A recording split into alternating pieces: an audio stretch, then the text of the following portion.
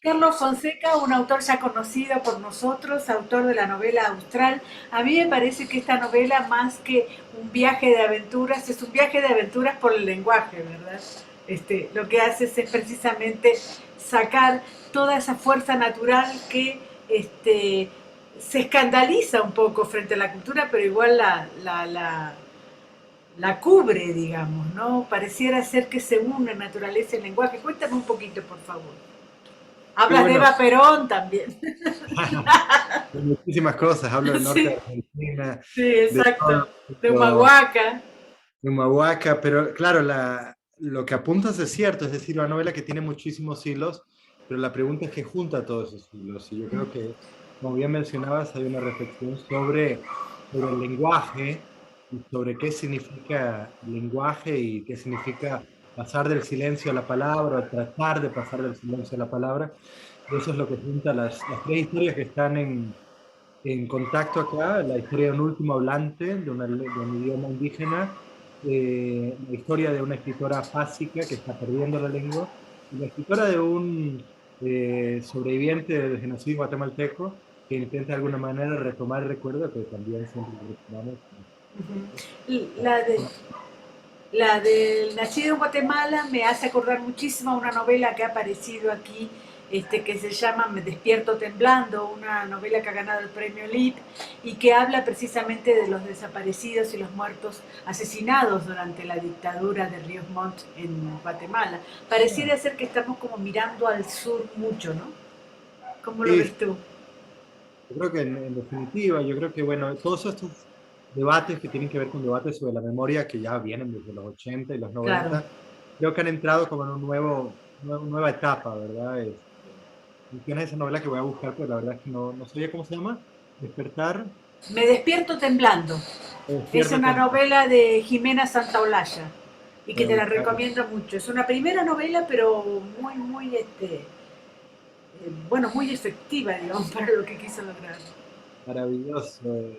Bueno, también están esas novelas, por ejemplo, cuando yo estaba escribiendo Austral, yo tenía muy en mente las novelas de Horacio Castellanos Moya, sobre todo una novela que se titula Insensatez, en donde este alter ego de Castellanos Moya es invitado a Guatemala a, de alguna manera, puntuar o corregir gramaticalmente los testimonios de los indígenas. Yo creo que estamos como en un proceso donde estamos retomando todos estos debates de la memoria, pero desde otros lados, ¿verdad? No es una novela testimonio austral, pero es una novela que de No. alguna manera recuenta el testimonio. Eh, bueno, quería comentarte que tanto Jimena como tú partieron de Insensatez de Horacio Castellanos Moya y que yo le pregunté precisamente la semana pasada a Horacio cómo se sentía de ser replicado y de ser mirado un poco como maestro. Y él decía, bueno, viniendo de un país con tan pocos libros, con tan poca gente que lea, es un estímulo para mí también. Sí, Castellanos Moya es un un gran escritor. mexicana y lo ha hecho muy bien y creo que la gente de mi generación lo mira a él como un maestro de calidad. Ujú. Ahora, me parece a mí que precisamente no cubre el género crónica, no cubre el género periodístico, lo que hace es literatura, precisamente para estos lenguajes que se van, armas tú un lenguaje, que es un lenguaje absolutamente literario. ¿Te parece eso? Sí, por ejemplo, cuando surge el testimonio en Centroamérica, en los años 80, por ejemplo, todo el debate sobre el Roberta Menchú, hablaba de que, bueno, ya estábamos en un momento más allá de la literatura, no Ujú. necesitábamos el literario, pero yo creo que lo lindo es pensar de que para realmente rendir testimonio de esas experiencias límites, de esas experiencias terroríficas, necesita la literatura. La literatura no lo pienso yo como algo que es como puro ornamento, sino algo que realmente llega al hueso de la experiencia, ¿verdad? En ese sentido, por ejemplo, Castellanos Moya menciona a César Vallejo como el gran poeta del dolor, el que era capaz de Claro. sacar todo. Yo creo que realmente lo que necesitamos es lenguajes literarios para ser capaces de intentar por lo menos llegar a esas experiencias que se acercan tanto al silencio, ¿verdad? Que son tan excesivas y tan traumáticas se pueden condenar y la Ujú. literatura y el lenguaje. Por otro lado, también pasada la guerrilla de El Salvador y todo eso, lo que ha quedado es Roque Dalton también, ¿no? Es decir, como símbolo de esa cosa terrible que fue la guerrilla y luego la represión, digamos, quedó Roque Dalton como un gran poeta también, yo creo, del dolor, ¿no? Sí, sin duda, de hecho, Castellanos Moya ha escrito recientemente varios Sí, libros sobre Dalton, sí. de alguna manera Orondo. con su propia influencia. Y bueno, Dalton tiene eso muy bello, por ejemplo, en la Carta de Amor hacia Salvador, que dice, Salvador, te amo, pero precisamente porque odio tantas cosas, ¿verdad? Y de eso también tenemos que aprender, ¿verdad? De cómo la crítica puede ir de la mano de un contexto de Sabes que se te escucha un poquitito, no tienes auriculares, ¿no? Ah, Se no te tengo escucha un poquitito. eh, lejano. Ahora, sí, ahora está mejor. Ahora, bueno. a mí me parece de todas maneras, a pesar de que cuentas tres historias, que la historia de la afásica es central, me parece, ¿no? Vos sabés que yo he sufrido afasia durante un año más o menos. Gracias a Dios recuperé toda mi habla y mi pensamiento, porque no es el habla, digamos, el habla es la expresión de lo que tú piensas, digamos, ¿no? Claro. Pero redactas también el tema de la afasia, por ejemplo, servirse de palabras y frases prestadas, esta cosa de no poder decir lo que uno tiene para decir, que es tremendo. Y por otro lado también pensaba yo, no solamente en esta afasia, sino también en el Alzheimer, en la cantidad de, de, de enfermedades relacionadas con la memoria que por supuesto tienen que ver con que estamos viviendo más, también por eso, ¿no? Eh, bueno, sí, recuerdo, de hecho, Mónica, porque creo que nos íbamos a juntar hace como 4 o 5 años para Ajá. hablar de muy mal, y fue justo cuando salió el accidente eh, Ajá. tuyo, entonces, Sí. primero me alegra muchísimo de poder ahora estar hablando contigo tan impresionante bien, y significa mucho para mí que digas que el retrato de la casa, bueno, por lo menos hace algo. Y sí, bueno, leí varios testimonios de gente que ha sufrido de afrasia a raíz de las enfermedades, que habían intentado retomar el idioma, y una de las cosas que más me tocaba era esto, que, bueno, no, por ejemplo, la memoria está ahí, lo que falla es el habla, ¿verdad? El paso Claro. de la memoria al habla. Y bueno, intenté reconstruir a través de esta escritora Alisa Bravanel, la experiencia de alguien que ha perdido el habla y que de alguna manera se apoya colectivamente en otras personas para terminar de escribir una obra que sobre esos temas y después ligarlo a cómo eh, se pensaría en contacto, en vínculos, memoria, expectativas. Ponte un poquitito más cerca del micrófono. Sí, Ahora, claro. el Ahora, tema, el tema del lenguaje indígena también tiene que ver un poco con la desmemoria, digamos. Los lenguajes indígenas, yo me acuerdo que yo preguntaba a los alumnos de la universidad cuántos idiomas había en México, me decían dos, español e inglés.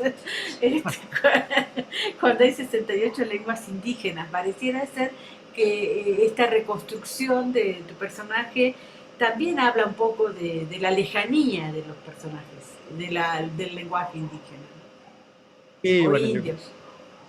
vivimos en un mundo que es producto del proceso colonial que se encargó de homogeneizar el planeta, de globalizarlo, pero a la misma vez de homogeneizarlo. Entonces, el español en nuestra región quedó como el lenguaje o el idioma hegemónico, pero a la misma vez eso acabó borrando o invisibilizando muchísimas culturas y de alguna manera Austral trata sobre esa memoria cultural y qué ocurre ahí cuando detrás del relato clásico de la modernidad latinoamericana aparecen borradas un montón de historias y culturas cuya presencia es fundamental para la región. Tú hablas de Humahuaca y a mí me parece, bueno, hay que hablar de Humahuaca porque es un lugar mágico, pero por otro lado pienso, ay, que no vayan más turistas, ¿no? Porque si uno dijera lo maravilloso que es ese sitio, iría todo el mundo allá, a pesar de que va todo el mundo allá todavía, ¿no? Y en ese contexto también hablas de Eva Perón. ¿Cómo fue entrar en esta Argentina tan caótica siempre, pero tan mágica me parece a veces? Bueno, yo entré como entramos todos los desde afuera, como turista, y creo que Claro. novela, la novela piensa un poco eso, piensa cómo el turismo, cuál es la relación del turismo hoy con esta memoria cultural y con el contacto con las culturas.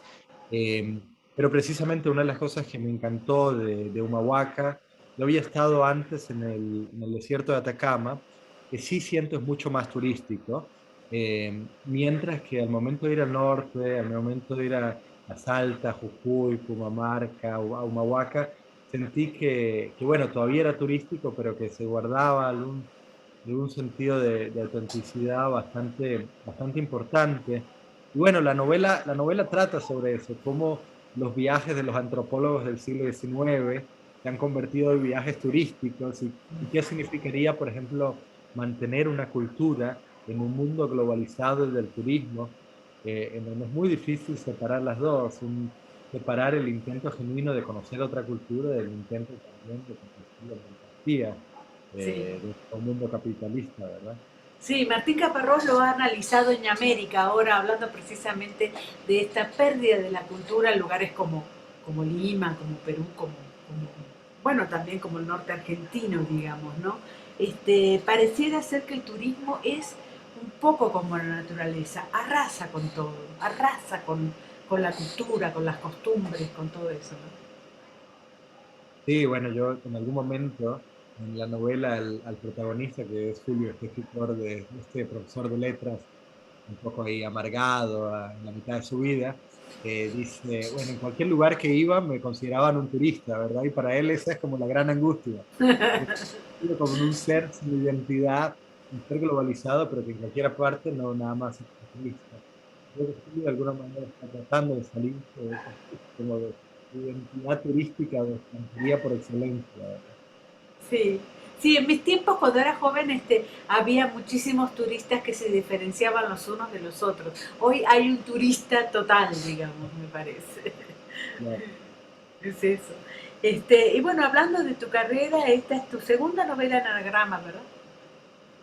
Tercera. Tercera novela en anagrama. ¿Cómo está yendo tu carrera? Esta novela me pareció, con respecto a las otras, como como un gran salto. No sé qué va a venir después, digamos, ¿no? Pero pareciera ser que diste como un gran salto, no sé si de calidad, pero sí de interpretación de la realidad, me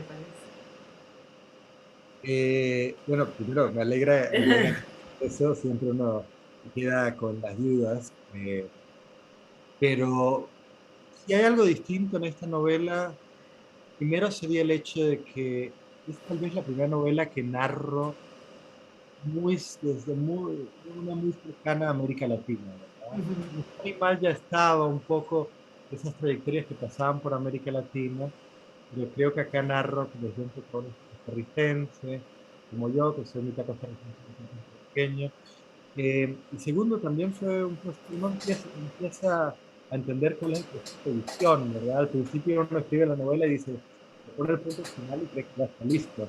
Pero creo que con esta revisión un poco más y un proceso de escritura, no, es una novela no tan larga como un animal, que edité muchísimo, que corté. En ese trabajo uno gana algo. Ujú. ¿Qué novelas leíste para hacer este libro? A mí a veces me remite un poco a las primeras crónicas, ¿no? De Latinoamérica, esas crónicas que iban como narrando una aventura que yo insisto es una aventura del lenguaje aquí. Qué bien. A ver, ¿quién? Tenía un problema, que es que hay voces narrativas distintas dentro de la novela y siempre que hay voces narrativas distintas hay que diferenciarlas, ¿verdad? Entonces tenía un problema que era que tenía que diferenciarlas y tenía que encontrar bases a partir de las cuales esas voces iban a estar diferenciadas un poco. Entonces, por ejemplo, la parte de Alisa, de un idioma privado, me pasé leyendo a Faulkner para tener frases más largas que el narrador normal. Creo Bueno, que el hay, sonido y la furia, ¿no? La sí, relata como un hombre discapacitado, pareciera ser también a veces un afásico. es verdad, claro, es Sí, de alguien que está como fuera del lenguaje normal o fuera del lugar sí. común del lenguaje. ¿Quién más estuve leyendo?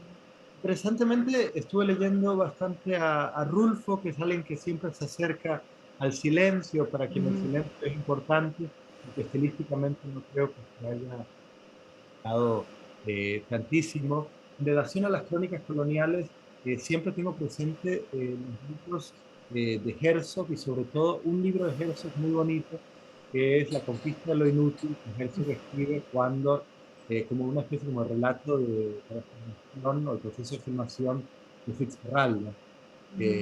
Siempre tuve presente eso, al viaje de los alemanes de la selva.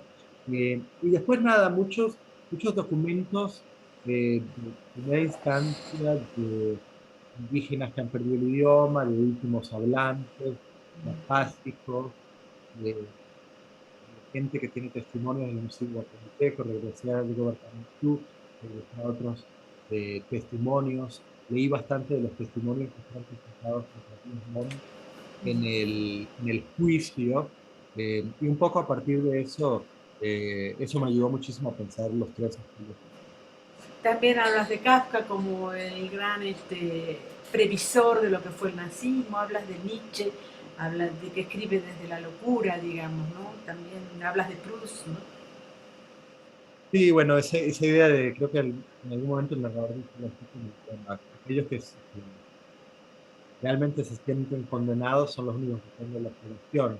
Entonces, ese momento en aquellos que realmente de alguna manera han caído casi al límite del silencio, al límite de la ilegibilidad o al límite de la locura, pero que, sin embargo esta posición limítrofe les da la posibilidad de alcanzar algo, ¿verdad? Entonces sería, por ejemplo, el Nietzsche loco, que aún así es más lúcido que los lúcidos, Sí, el Kafka, que está rodeado por el antisemitismo, pero que puede ver lo que vendría, sí, el ruso asmático, que a pesar sí. de eso, tiene oraciones largas y perfectas con un ritmo Exacto, que exacto. no puede ser.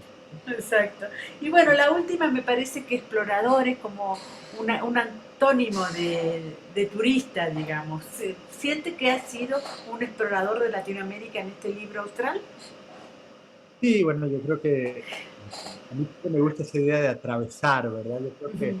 Eh, yo creo que, por ejemplo, América Latina se constituye alrededor de varias fantasías coloniales, y hay que criticar esas fantasías coloniales, pero no hay que dejarlas al lado, sino hay que atravesarlas y ver lo que está del otro lado. Siempre en ese sentido recuerdo un bello cuento de Borges que se llama La flor de Coleridge, en donde dice, bueno, y si Coleridge dice que soñó una flor, pero la pregunta sería, si después de despertarnos todavía vemos la flor, ¿cómo ha cambiado la flor? Entonces, realmente atravesar ese sueño, esas fantasías coloniales y ver cómo empezamos como a desenmascararlas y cómo va cambiando la cosa con el lado de la fantasía, de la travesía, del trayecto, del viaje. Muchísimas gracias, Carlos. Te mando un abrazo enorme. Muchísimas gracias. ¿Eh? Mónica, sí, un gustazo ver que estás muy bien, escucharte.